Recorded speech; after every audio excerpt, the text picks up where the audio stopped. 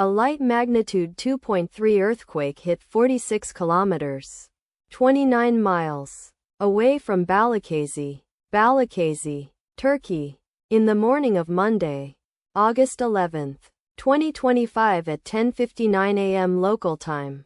Europe, Istanbul GMT +3. The quake had a very shallow depth of 7 kilometers, 4.3 miles, and was reported felt by some people near the epicenter. First to report, EMSC after 9 minutes.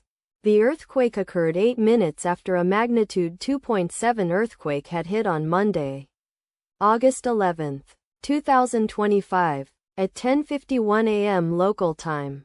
Europe, Istanbul GMT +3.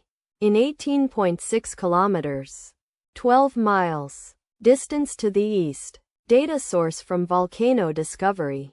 Did you feel it? Let us pray. May the earthquake that occurred not affect our brothers and sisters there. May the earthquake not happen again. And may God protect everyone. Amen.